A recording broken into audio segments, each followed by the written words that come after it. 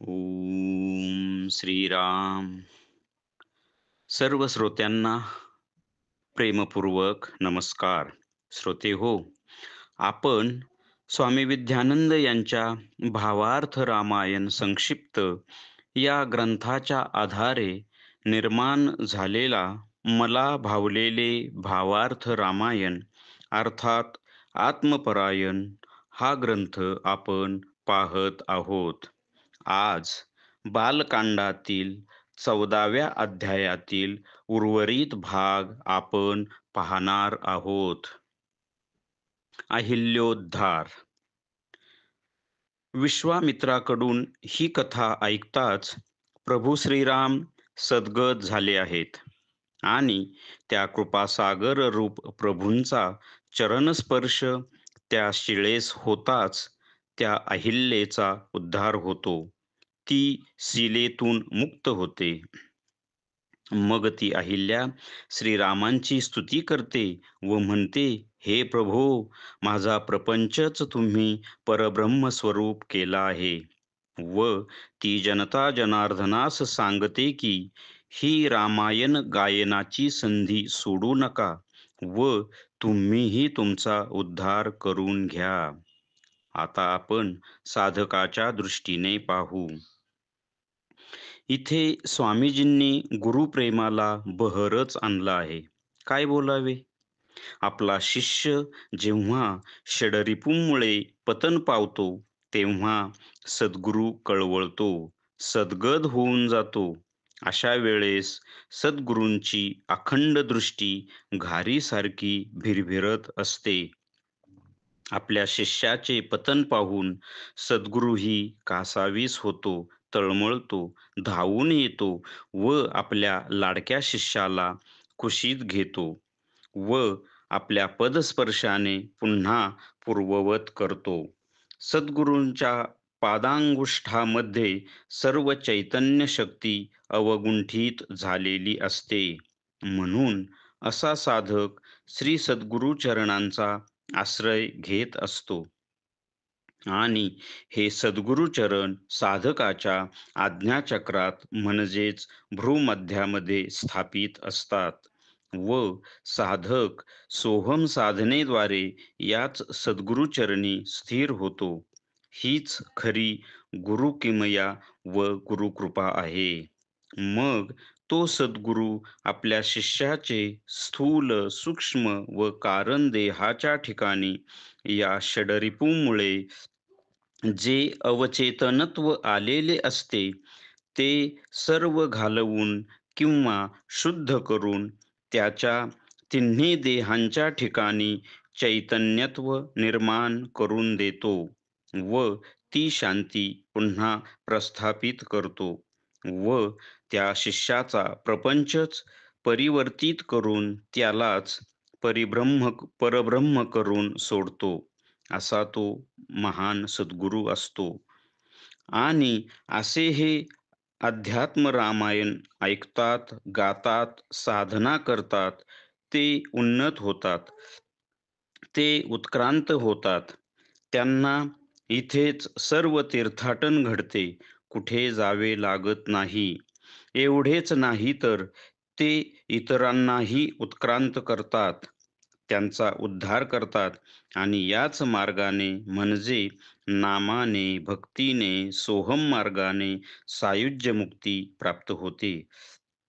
इथे या कथेमध्ये जडरूप अहिल्येचा उद्धार होऊन ती परब्रह्म स्वरूपापर्यंत जाते. तर असाच उत्क्रांती मार्ग श्री अरविंदांनी त्यांच्या पूर्ण योगामध्ये सांगितला आहे. तो असा: जड, जडातून वनस्पती, वनस्पतीतून प्राण म्हणजेच प्राणी, प्राणातून मन म्हणजेच मानव व मानवातून महामानव, पुढे अतिमानस, परब्रह्म व तिथेच न थांबता त्या अतिमानसालाच खाली घेऊन येणे व या विश्वाचे, या पृथ्वीचे परिवर्तन घडवून आणणे व तिलाच परब्रह्म स्वरूप करणे, हे श्री अरविंदांच्या योगाचे ध्येय आहे व हेच कार्य प्रभू श्रीरामांनी इथे केले आहे.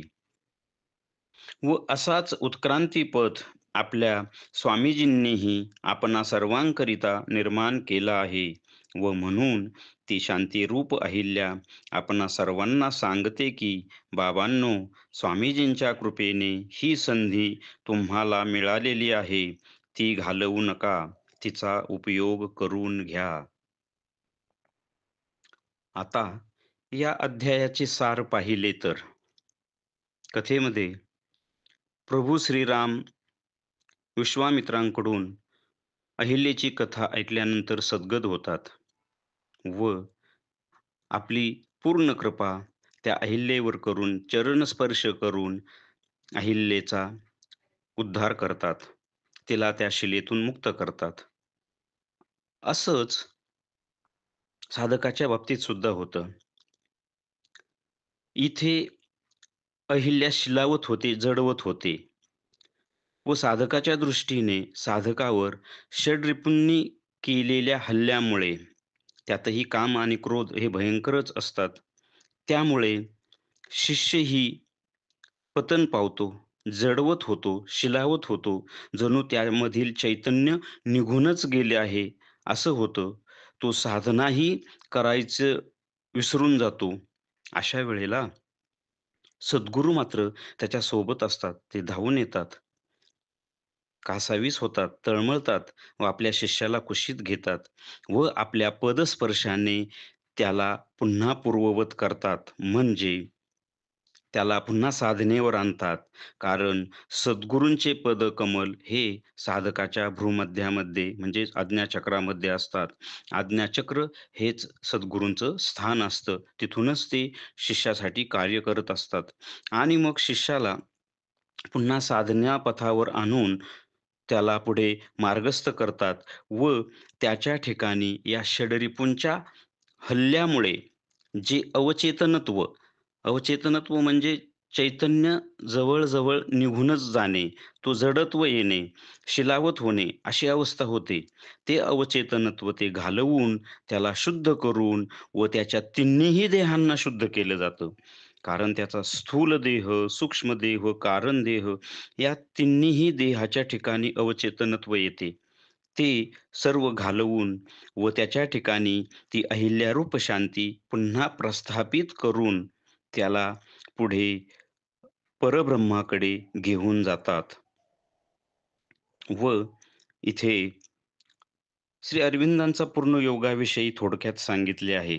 इथे श्रीरामांनी अहिल्येचा उद्धार करताना म्हणजे अहिल्या ही जड अवस्थेला आली आणि तिला मुक्त करून पुन्हा परब्रह्म या अवस्थेपर्यंत श्रीराम प्रभू घेऊन गेले. असंच आपल्या सर्व मानवजातीचे झालेले असते. आपणही परब्रह्म स्वरूप असतो व अवनत होत, होत थेट आपण जड म्हणजे दगड, पृथ्वी, पर्वत या अवस्थेपर्यंत येतो व इथून पुन्हा आपली उत्क्रांती सुरू होते. ती म्हणजे जड म्हणजे दगड, पर्वत यामधून वनस्पती, वनस्पतीनंतर प्राणी, प्राण्यामधून मन म्हणजेच मानव, मानवातून महामानव, महामानवानंतर मग आत्मावस्था, ब्रह्मावस्था, परब्रह्मावस्था, अतिमानस अवस्था या उत्क्रांती मार्गाने आपल्यालाही शेवटी परब्रह्म या अवस्थेपर्यंत जायचे असते व हे सर्व करून देणारा जो असतो, तो म्हणजे महान सद्गुरू. कारण सद्गुरू जर आपल्या सोबत नसतील, तर हा उत्क्रांती मार्ग आपण चालू नाही शकत. या उत्क्रांती मार्गावर आपण जरी स्वप्रयत्न केले, तरी आपले बळ कमी पडते. म्हणून हा आत्मप्रवास करताना सद्गुरूंची खूप मोठी कृपा आपल्यासोबत असावी लागते. त्याकरता साधकाने अशा घटना जरी घडून गेल्या, तरी पुन्हा आपल्या सद्गुरूंना शरण जावे, समर्पित व्हावे. सद्गुरू कुशीत घेतात व आपल्याला पुन्हा मार्गस्थ करून त्या आपल्या मूळ अवस्थेकडे म्हणजेच स्वस्वरूपाकडे म्हणजेच परब्रह्म अवस्थेकडे घेऊन जातात. याकरता साधकाने आपलं आध्यात्मिक जीवन जगताना खूप सावधानतेने जगलं पाहिजे. कारण षडरिपूंचा हल्ला केव्हा होईल ते काहीही सांगता येत नाही. म्हणून अखंड सावध राहावं लागतं. स स्वामी स्वरूपानंद म्हणतात, "अखंड सावध संता घरचा कैसा अजब तमाशा, हवे कळाया तेव्हा जावे त्यांच्या वंशा." म्हणजे संतांच्या वंशाला म्हणजे संतांच्या मार्गावर आपण आक्रमण करत गेलो, तर आपल्याला अखंड सावधानतेचा जे रहस्य आहे, ते सद्गुरू उलगडून दाखवू शकतात. श्रीरामार्पणमस्तु. हरि ओम तत्सत ब्रह्मार्पणमस्तु.